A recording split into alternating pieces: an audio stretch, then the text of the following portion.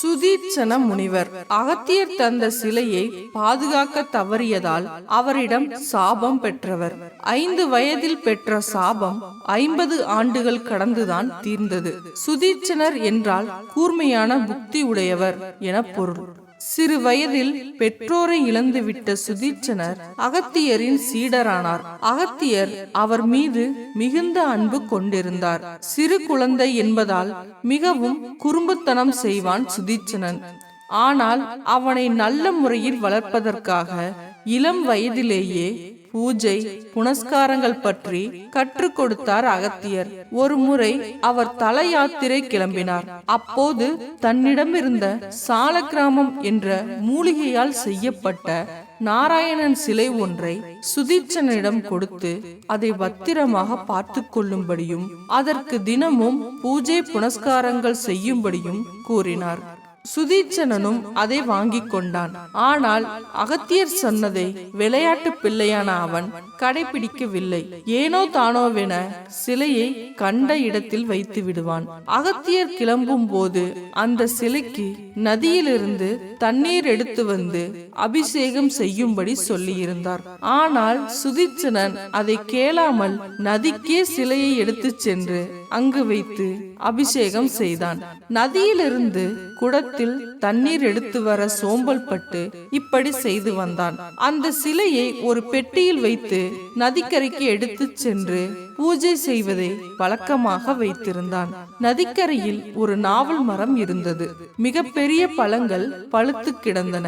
ரிஷிகுமாரர்கள் அந்த பழங்களை பறிப்பதற்காக நதிக்கரைக்கு கூட்டமாக வருவார்கள். சிறுவனான சுதீட்சணனுக்கும் நாவல் பழங்களை தின்பதில் விருப்பம் அதிகம். அவனும் ரிஷிகுமாரர்களுடன் சேர்ந்து கல்லெறிந்து பழங்களை பறிப்பான். ஒரு நாள் இவ்வாறு பழம் பறித்து கொண்டிருந்த போது மரத்தின் உச்சியில் மாம்பழம் அளவுக்கு பெரிதான நாவல் பழம் ஒன்று தொங்கியது. அதை எப்படியாவது பறித்துவிட வேண்டும் என்ற ஆசை அவனுக்கு ஏற்பட்டது. சுற்றும் முற்றும் பெரிய கல் ஏதாவது கிடைக்கிறது என தேடி பார்த்தான். கல் கிடைக்கவில்லை. எனவே தன் கையில் இருந்த சாலக்கிராம சிலையை மரத்தின் மீது வீசினான். பழம் கீழே விழுந்தது. ஆனால் சிலை மரத்தின் கிளையில் சிக்கிக் கொண்டது.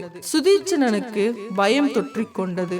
அகத்தியர் வந்தால் என்ன பதில் சொல்வது என தெரியாமல் திண்டாடினான். மரத்தின் மீது ஏறி சிலையை எடுக்க ரிஷிகுமாரர்கள் பயந்தனர். அந்த மரத்தில் இருந்த பொந்தில் ஒரு பாம்பு வசித்தது.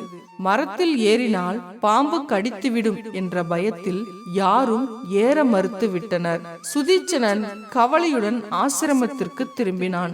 அவன் எதிர்பாராத விதமாக அகத்தியர் அன்று வந்து சேர்ந்து விட்டார். நாராயணன் சிலைக்கு தினம்தோறும் அபிஷேகம் செய்தாயா? அதை எங்கே வைத்திருக்கிறாய்? உடனே எடுத்து வா, பூஜை செய்ய வேண்டும் என்றார். சுதீட்சணன் விழித்தான். ஒரு சிலையை எடுத்து வந்தான். அது முன்னம் கொடுத்த சிலை போல் இல்லாமல் வித்தியாசமாக இருந்தது. தொட்டு பார்த்த போது நசுங்கியது. தான் பறித்த நாவல் பழத்தில் நாராயணன் போல் சித்திரம் எழுதி அதை அகத்தியரிடம் கொடுத்து விட்டான். அகத்தியர் அதை கண்டுபிடித்து விட்டார். அதன் பிறகு மரத்தில் சிலை சிக்கிக் கொண்டது பற்றி சுதீட்சணன் பயத்துடன் சொன்னான். அகத்தியருக்கு கோபம் வந்துவிட்டது.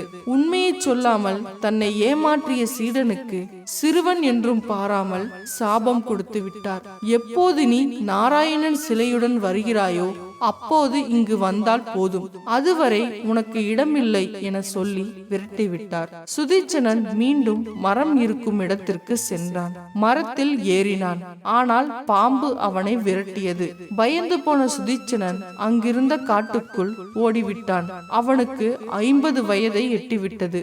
அகத்தியரின் சீடன் என்பதால் காட்டில் இருந்த மற்ற முனிவர்கள் சுதீட்சணனுக்கு மிகுந்த மரியாதை கொடுத்தனர். காட்டில் காலத்தை வீணாக கழிக்காமல் தன் குருவின் விருப்பப்படி மீண்டும் நாராயணன் சிலை கிடைக்க வேண்டும் என அந்த நாராயணனை நினைத்து தவம் இருந்தான். இதனால் சுதீட்சண முனிவர் என பிற்காலத்தில் அழைக்கப்பட்டார். அவரும் சால கிராமத்தில் பல வணங்கி வந்தார். அந்த சிலைகளை சில குரங்குகள் எடுத்துச் சென்று அருகிலுள்ள ஏரியில் வீசி வந்தன.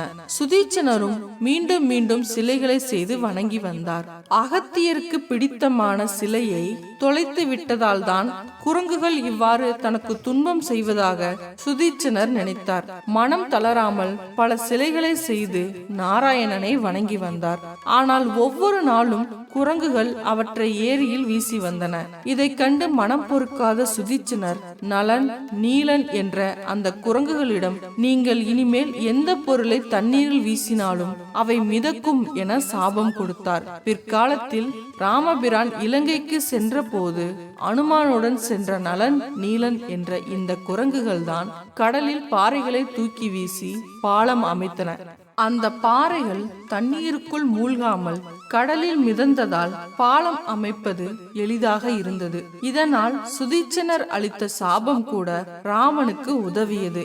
இதை கேள்விப்பட்ட ராமன் சுதீட்சணர் இருக்கும் இடத்திற்கு வந்து, இலங்கைக்கு செல்ல உங்களது சாபம்தான் எனக்கு மிகவும் பயன்பட்டது என கூறி அவருக்கு நன்றி தெரிவித்தார். நாராயணனே ராம அவதாரம் எடுத்து பூமிக்கு வந்தவர் என்பதை உணர்ந்த சுதீட்சணர் அவரை அழைத்துக் கொண்டு தனது குருவான அகத்தியரிடம் சென்றார். ராமனே தன் ஆசிரமத்திற்கு வந்ததும் மகிழ்ச்சி அடைந்த அகத்தியர் அவரை வணங்கினார். சுதீட்சணர் அகத்தியரிடம், தாங்கள் நாராயணன் சிலை இல்லாமல் உங்களை பார்க்க கூடாது என சொன்னீர்கள்.